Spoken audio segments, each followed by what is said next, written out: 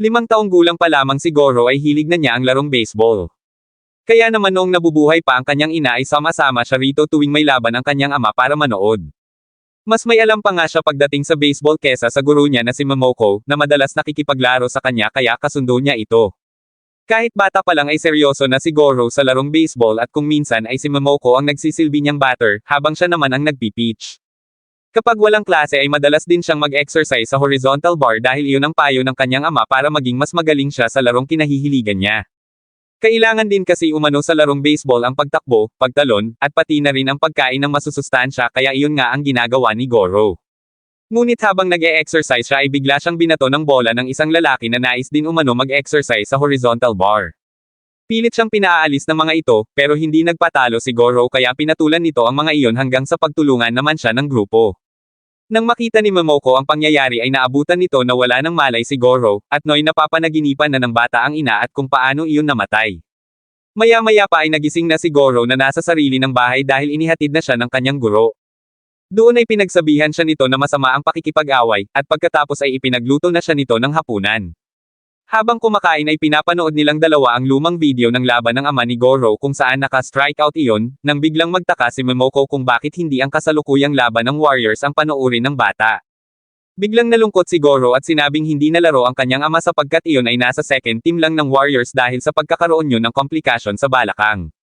Pero kahit ganoon ay malaki pa rin ang paniniwala ng bata na mapupunta sa first team ang kanyang ama at may strikeout umano ulit nito si Sakamoto. Dinamayan ni Momoko si Goro at sinabing naroon lang siya tuwing kailangan siya ng bata bagay na ikinatuwa naman nito. Maya-maya pa ay nagpaalam na siya rito pero bago siya tuluyang umalis ay pinaalalahanan muna niya ito na maligo at magsipilyo. Ginawa naman nga iyon ng bata at pagkatapos ay pinatay na nito ang ilaw at nahiga na para matulog. Ngunit hindi pa man nakakatulog ay nagulat si Goro nang biglang magbukas ang pinto. Inakala niya na may nakapasok na masamang tao sa kanilang bahay, pero nang makita niya ng malapitan ay napagtanto niya na ang tatay niya pala iyon. Nagtaka siya dahil kinabukasan pa naman sana ang uwi nito, at isa pa ay amoy alak ito kaya tinanong niya kung ano ang problema, ngunit sa halip na sumagot ay sinabi lang ng kanyang ama na titigil na umano ito sa paglalaro ng baseball kaya natigilan na lang si Goro. Pero bago tayo magpatuloy ay nagpapasalamat nga pala tayo sa ginagamit nating application pag boring ang buhay, ito ang Usini. Hindi lang anime ang meron dito dahil meron din ditong movie, at hindi mawawala ang sports. Kaya kung medyo boring ang buhay mo ay i-click mo na lang ang nasa pin comment dyan sa baba, salamat. Kinabukasan, habang nag-aalmusal ay ikinwento ni Goro sa kanyang ama na nagawa niya ng tawirin ang monkey bars at umakyat sa slide ng mag-isa. Ginagawa umano iyon ng bata para balang araw ay maging magaling din itong pitcher tulad ni Honda, pero malungkot na ipinaalala ni Honda ang sinabi niya kay Goro kagabi. Inamin niya rito ang tungkol sa malaking injury sa kanyang kaliwang siko. Bagamat may pagkakataon pang gumaling pero matatagalan umano kaya sigurado si Honda na aalisin na siya sa team, lalo na at matanda na siya. Hindi matanggap ni Goro na hindi na makakapaglaro ng baseball ang kanyang ama kaya napatakbo na lang ito habang umiiyak. Sa paaralan ay napansin ni Momoko na may problema si Goro kaya nilapitan niya ito para kumustahin, ngunit sa halip ay itinaboy siya nito dahil mas gusto ng bata na mapag-isa kaya hinayaan niya muna. Kasabay ng pangyayaring iyon ay nagtungo naman si Honda sa opisina para aminin ang tungkol sa problema sa siko niya. Para kahit papaano ay matulungan pa rin si Honda ay inalok na lang ito na maging isang training coach o ma-assign sa scouting department lalo na at nagtapos naman ito sa isang sports university. Tinanggap ni Honda ang alok dahil wala rin naman siyang ibang alam na ipambubuhay sa anak kundi ang larong baseball.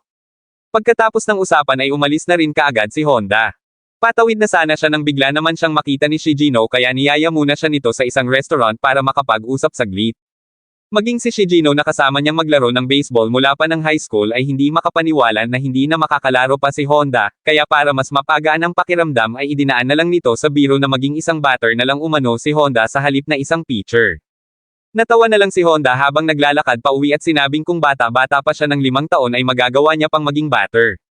Sa paaralan, napansin ni Momoko na wala si Goro kaya agad niya iyong inireport sa principal, at pagkatapos ay sinimulan na niyang maghanap sa lugar na maari nitong puntahan. Ngunit bigo ang guro na mahanap ang bata kaya nang dumating na si Honda para sunduin ang anak ay inamin agad nila rito ang totoo. Dahil sa sobrang pag-aalala ay sumama pa si Momoko sa bahay ni na Honda hanggang sa may biglang mag-doorbell. Agad nilang binuksan ang pinto at bumungad sa kanila ang boss ni Honda na bitbit ang tulog na si Goro. Ayon dito ay nagpunta ang bata sa opisina para makiusap na huwag tanggalin si Honda sa team, pero kahit naaawa ay hindi umano mapagbibigyan ang hiling ng bata kaya humingi na lang ito ng pasensya. Dahil sa nangyaring iyon ay napaisip si Honda kung tama ba ang ginagawa niya sa baybalikwas at sinabi sa sarili na hindi siya dapat umalis ng baseball sa ngayon. Kinaumagahan, nagising si Goro sa ingay ng paulit-ulit na tunog ng paghampas sa labas. Sumilip siya sa bintana at doon niya nakita ang kanyang ama na may hawak na baseball bat, pero ayon dito ay nag-i-exercise lang umano ito para gumanda ang pakiramdam. Biglang nalungkot si Goro at naalala ang kanyang pagmamakaawa kahapon sa boss ng kanyang ama. Pero dahil pinagpaliwanagan siya niyo na wala na umano silang magagawa at ang kanyang ama lang ang mas mahihirapan kapag makikita siya nito na malungkot ay inayos ni Goro ang kanyang sarili. Habang nasa harap sila ng hapagkainan ay natutuwang sinabi ni Honda na ang dating nasa backup niya lang noong high school na si Shigino ay nasa front page na ngayon ng dyaryo dahil sa pag-angat ng ranking. Dahil doon ay sinabi ni Goro na balang araw ay magiging number 1 din siya at magiging profesional na baseball player tulad ng kanyang ama kaya wala umano itong dapat na ipag-alala. Pagkatapos magagahan ay nagpaalam na si Goro para mag-practice sa labas, pero dahil wala namang pasok ang anak ay sinabi ni Honda na silang dalawa na lang ang maglaro ng baseball bagay na ikinatuwa ni Goro. Ngunit agad ding nagbago ang isip ng bata at sinabing mas gusto na lang pala nito na mag-practice mag-isa. Pagkalabas ni Goro ay bahagyang nalungkot si Honda at inisip na mas inalala pa ng bata ang kalagayan niya, sabay hawak sa baseball bat at sinabing balang araw ay makikita rin ni Goro na makakalaro siya. Habang nagpa-practice naman ay biglang napaupo si Goro at sinabi sa sarili na kailangang kalimutan na lang ng papa niya ang baseball at sa iba na lang yun ibaling ang atensyon, kaya magmula ngayon ay siya na lang mag-isa ang magpa-practice. Pagkatapos yun ay muling ipinagpatuloy ni Goro ang pagpa-practice nang bigla nitong mapansin ang isang bata na nakasilip sa bintana. Niyaya niya itong maglaro ng baseball pero dahil hindi pamilyar sa laro ay tumanggi ang bata. Baka sa mukha ni Toshi ang pagkabagot dahil mag-isa lang ito sa bahay nang biglang mag-doorbell si Goro. Pagkabukas niya ng pinto ay ipinakita ni Goro ang isa pang baseball gloves na ipapahiram umano nito sa kanya para makapaglaro sila. Nung una ay ayaw pa sanang pumayag ni Toshi pero wala na itong nagawa nang hilahin na siya ni Goro papunta sa bakanteng lote. Kasabay ng pangyayaring iyon ay kinakausap naman muli ni Honda ang kanyang boss para sabihin na gusto niya na lang maging batter. Ngunit hindi pa rin pumayag ang mga ito dahil marami na umano silang batter, at isa pa, bilang may-ari ng team ay kailangan ng mga ito na mag-ingat sa kanilang mga player dahil ang mga iyon ang nagsisilbi nilang investment kaya hindi umano ang mga ito maaring sumugal sa hindi siguradong player. Dahil doon ay halos mawalan na ng pag-asa si Honda pero bigla nitong naisip na humingi ng isang kahilingan. Nakarating kay Shigino ang pakikiusap ni Honda na maging batter na lang kaya sinabi nito na hindi nito akalaing seseryosohin ni Honda ang sinabi niya noon.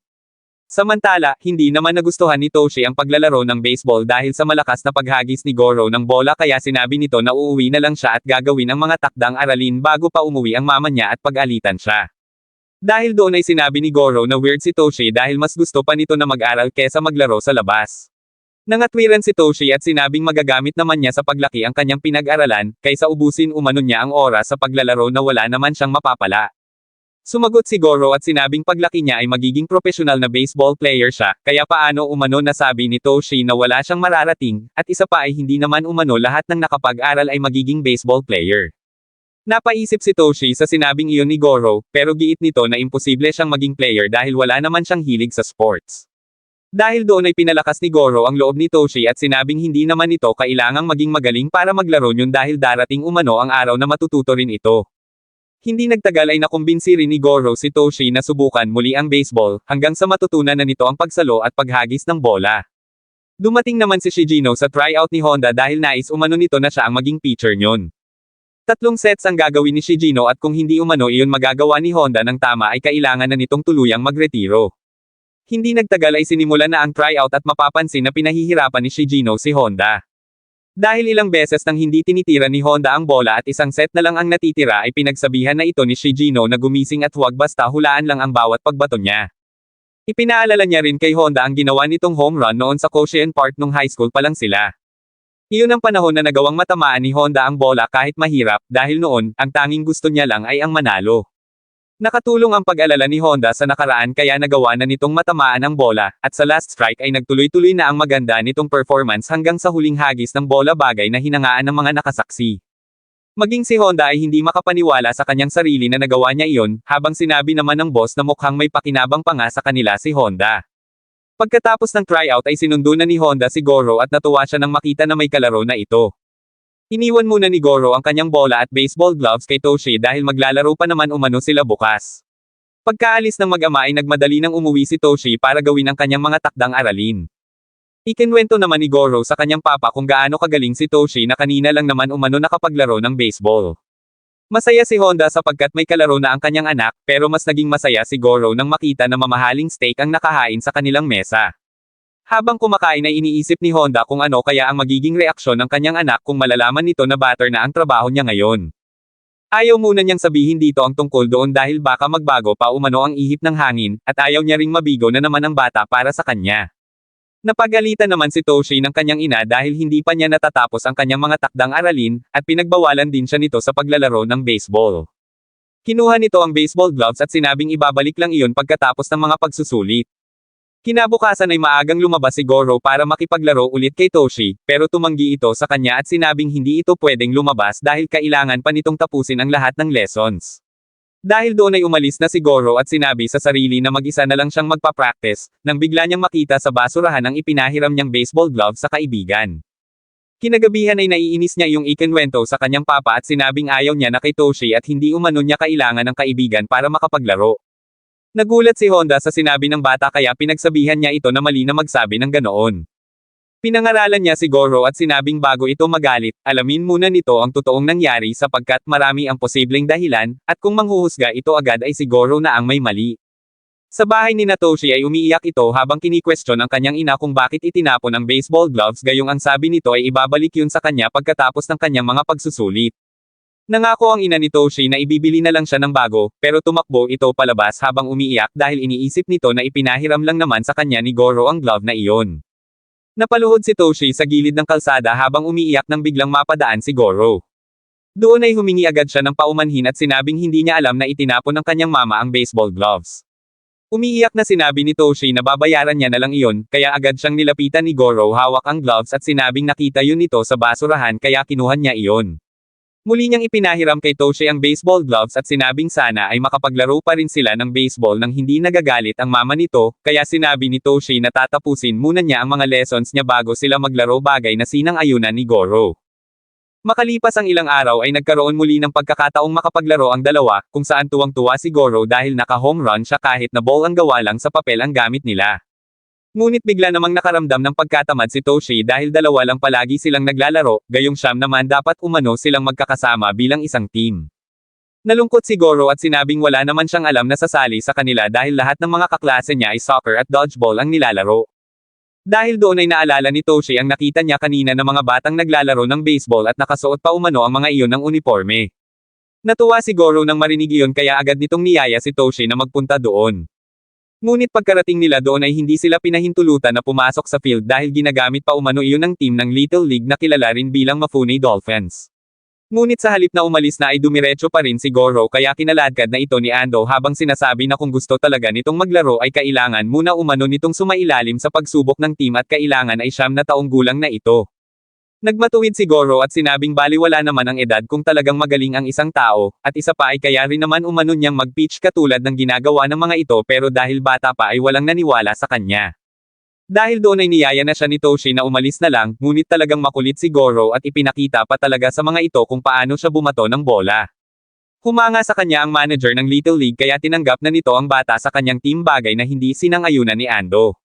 Gayunpaman, itinuloy pa rin ng manager ang pagpapagamit ng hardball kay Goro at laking tuwa nito nang ma-strike ang tira niyon, sabay sabi na talaga palang may talent si Goro.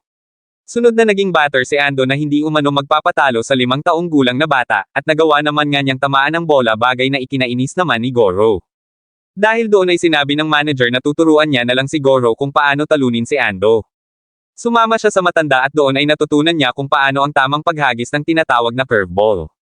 Kinahapunan ay masayang-masaya si Goro habang naglalakad na sila pauwi, nang bigla silang madaanan ni Ando at sinabi nito sa kanya na huwag siyang masyadong magsaya dahil masyado pa naman siyang bata para mag-pitch ng hardball pero hindi nila naintindihan ang ibig sabihin yon.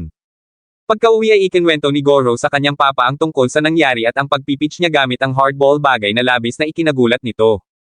Agad na inalam ni Honda ang kinaroroonan ng manager ng Mafune Dolphins para puntahan at kausapin iyon, habang naiwan naman si Goro na nagtataka at hindi maintindihan kung ano ang problema. Hindi makapaniwala ang matanda na si Goro ay anak ng magaling na pitcher na si Honda, kaya mas lalo pa nitong pinuri ang kakaibang galing ng bata sa harap ng ama niyon. Gayunpaman, sinabi ni Honda ang kanyang tunay na pakay na mula 9 na taon ang Little League kaya hindi pa umano pwedeng gamitin ng batang tulad ni Goro ang hardball dahil hindi pa na-develop ng husto ang katawan nito.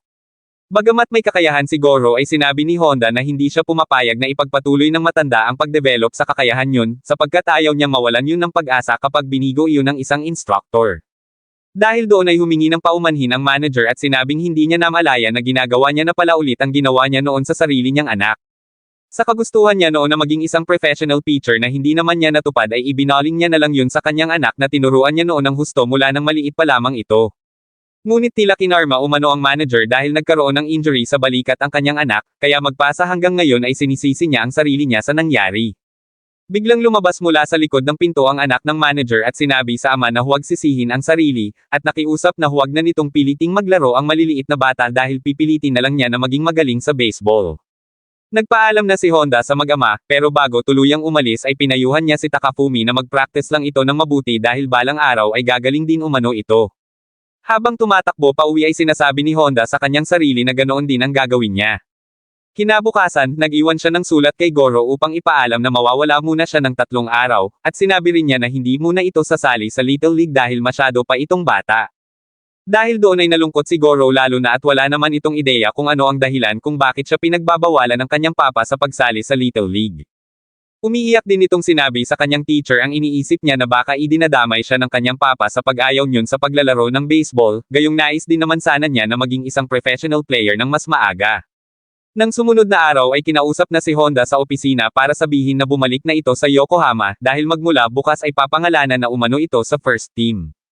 Makalipas ang 3 araw ay nagmamadaling umuwi si Honda at bakas ang tuwa sa kanyang mukha sapagkat alam niya na matutuwa si Goro dahil nasa first team na siya. Ngunit pagkauwi niya ay si Momoko ang nadatnan niya sa kanilang bahay, at ayon sa guro ay pinaliguan at pinatulog na umano nito ang bata kaya pinasalamatan niya ito. Sinabi niya kay Momoko na kaya siya nawala ng 3 araw ay inayos niya ang promotion niya sa first team, at ang tungkol sa hindi niya pagre-retiro at naging batter na umano siya ngayon. Ngunit sinabi niya na gusto muna niya iyong isikreto kay Goro hanggang sa mapunta siya sa first team. Dagdag pa ni Honda na kahit nakakakaba ang pagiging batter ay ginawa talaga nito iyon dahil ayaw nitong mabigo at malungkot ng husto si Goro. Natuwa si Momoko nang malaman iyon, at ipinaalam din niya kay Honda ang hinanakit ni Goro dahil sa hindi umano nito pagpayag na sumali ang bata sa Little League. Dahil doon ay humingi si Honda ng pabor sa kanya. Nang sumunod na araw ay masayang ipinakita ni Momoko kay Goro ang tiket para sa Ocean Warrior game, at sinabi na panoorin nila iyon dahil galing umano sa ama nito. Sumama naman si Goro dahil sa pag-aakalang makakasama rin nila sa panonood si Honda, pero ang hindi nito alam ay kasali iyon sa game. Nagsimula na ang laro pero nanatili pa ring malungkot ang bata, hanggang sa magyaya na ito pauwi dahil mukha umanong matatalo na ang Oceans. Hindi pumayag si Momoko at sinabing papanoorin nila hanggang sa matapos ang laro at huwag umano itong mawalan ng pag-asa. Gayunpaman, nagpatuloy ang mababang score ng team hanggang sa magkaroon na ng player substitution, pero hindi si Honda ang napili kaya bahagyang nalungkot si Momoko. Nang mga oras na iyon ay hindi tumitigil sa pagpapractice si Honda, hanggang sa hindi nagtagal ay sumigaw na iyon ang substitution. Hindi makapaniwala si Goro nang marinig na sasalang ang kanyang ama bilang isang batter.